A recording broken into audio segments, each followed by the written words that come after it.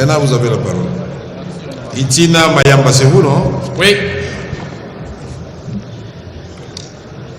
Merci beaucoup, honorable président de l'Assemblée nationale, pour la parole. Honorable président de l'Assemblée nationale, honorable membre du bureau, chers collègues, je tiens tout premièrement à saluer l'exposé magistral de notre première ministre, l'excellence Madame la Première ministre, et d'avoir fait en sorte que les dossiers ou les documents concernant le budget nous soient déposés à temps. Honorable Président, j'ai quelques observations que je vais devoir faire et je serai le plus bref possible. Merci d'avance. Je me suis toujours posé la question de savoir pourquoi est-ce que, avec toutes les intelligences que nous avons dans ce pays, avec toutes les compétences que nous avons, pourquoi est-ce que nous faisions du surplace et que rien ne marchait.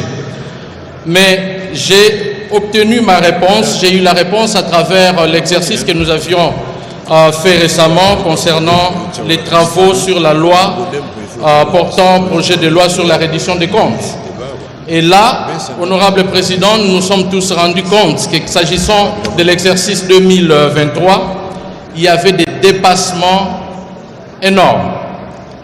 Et c'est comme si le budget était exécuté sans tenir compte de toutes les règles en la matière et même de l'existence de notre Chambre, honorable président.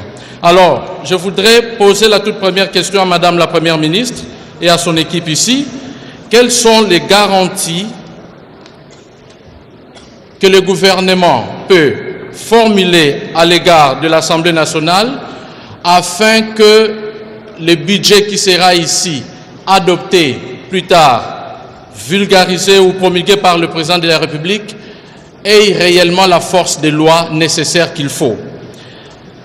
Et que nous, à ce moment-là, en tant que députés nationaux, représentants dignes du peuple congolais, nous puissions réellement faire notre contrôle.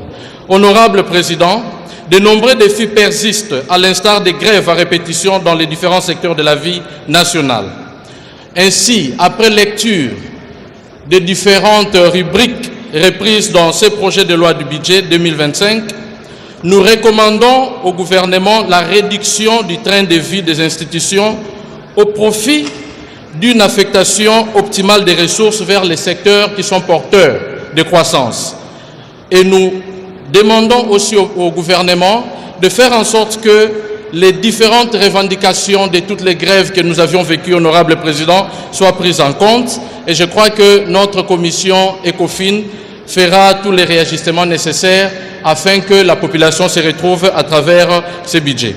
Honorable Président, selon les statistiques publiées dans les sites officiels du Partenariat mondial sur l'éducation, on nous renseigne que 73% des enfants scolarisés en RDC n'ont pas de compétences de base en lecture et 81% ne maîtrisent pas les mathématiques. Et pour favoriser un changement à grande échelle, nous devons travailler pour améliorer les compétences de nos enseignants et la qualité de l'enseignement. Je m'en vais rapidement, honorable président, proposer que, conformément ou en rapport avec les tableaux qui se trouvent dans la page 4 du document 6, à la fonction 9, que nous puissions augmenter les ressources allouées ou les crédits qui sont prévus pour les secteurs de l'éducation dans tout son ensemble. Là-dedans, nous avons l'éducation nationale et nouvelle citoyenneté, nous avons les SU, nous avons la formation professionnelle, afin que nous atteignions au moins les engagements que notre pays avait signés, à savoir d'allouer près de 19,9%. Parce qu'honorable président, à la lecture du document, nous ne sommes qu'à 17%. Et ce sera une très bonne chose, une volonté de vouloir changer les choses. Après étude de ce projet, honorable président, et pour lutter contre le phénomène Koulouna qui plombe l'avenir de nos jeunes, nous proposons aussi une augmentation significative des crédits alloués au ministère des Sports et Loisirs afin d'encadrer nos jeunes et de canaliser les efforts vers les activités constructives. Nous sollicitons, honorable président, qu'il y ait un réajustement de 1,2% du budget alloué au sport sur le budget général, soit 570 milliards de francs congolais. Parce qu'actuellement, le budget alloué à ces secteurs ne représente que 0,12%.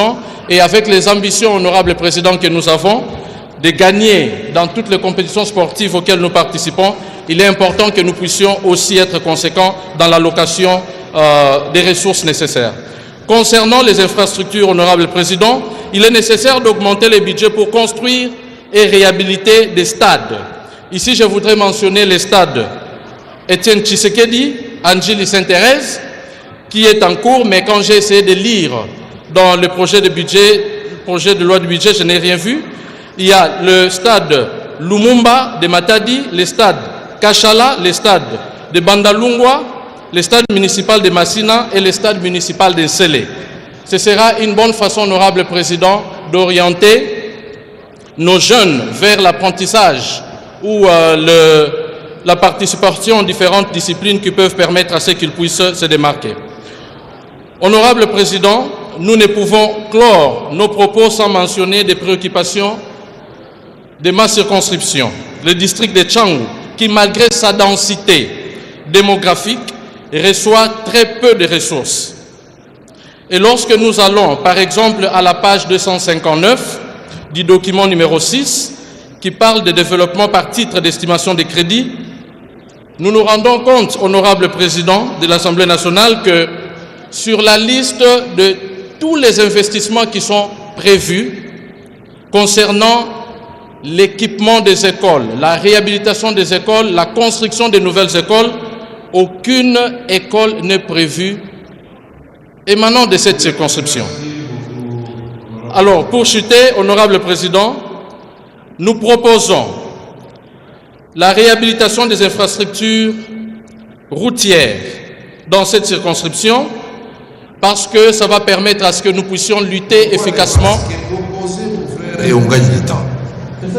Oui, vous proposez les infrastructures routières. Il ne faut pas dire parce que. Continuez. La réhabilitation, je réponds, honorable président, des infrastructures routières. Oui. Ici, je voudrais mentionner la route Mokali, le parachèvement de la route Kulumba, les reliant à la commune de Limete. Je connais bien. Et d'autres routes essentielles qui peuvent faire en sorte que les boulevards Lumumba ne soient toujours pas en état d'embouteillage constant. Nous plaidons aussi pour la desserte en eau et en électricité, presque dans toute la ville de Kinshasa et principalement dans ces districts. Il y a plusieurs quartiers comme Kindobo, Massina quartier 3, Mabela, Mokali, Sekoma, Consort qui en souffrent. Nous plaidons aussi pour la réhabilitation afin de fluidifier les réseaux de transport, la réhabilitation des chemins de fer, gare centrale, aéroport d'Endjili, et pourquoi pas la construction d'une nouvelle ligne, honorable président, reliant la commune de Maluku à la gare centrale. Nous recommandons aussi la construction d'un nouveau marché en scellé, parce que comme vous le savez, récemment nous avions connu un incendie au marché de la Liberté à cause du fait que ce marché est saturé et que la population à Tchangou a une densité qui ne fait qu'augmenter. Et nous plaidons pour le parachèvement de ce marché de la Liberté et la construction de nouvelles écoles publiques et la réhabilitation des écoles existantes. Tchangou vous a suivi, donc vous serez peut-être réélu, c'est bon. Merci beaucoup, honorable président.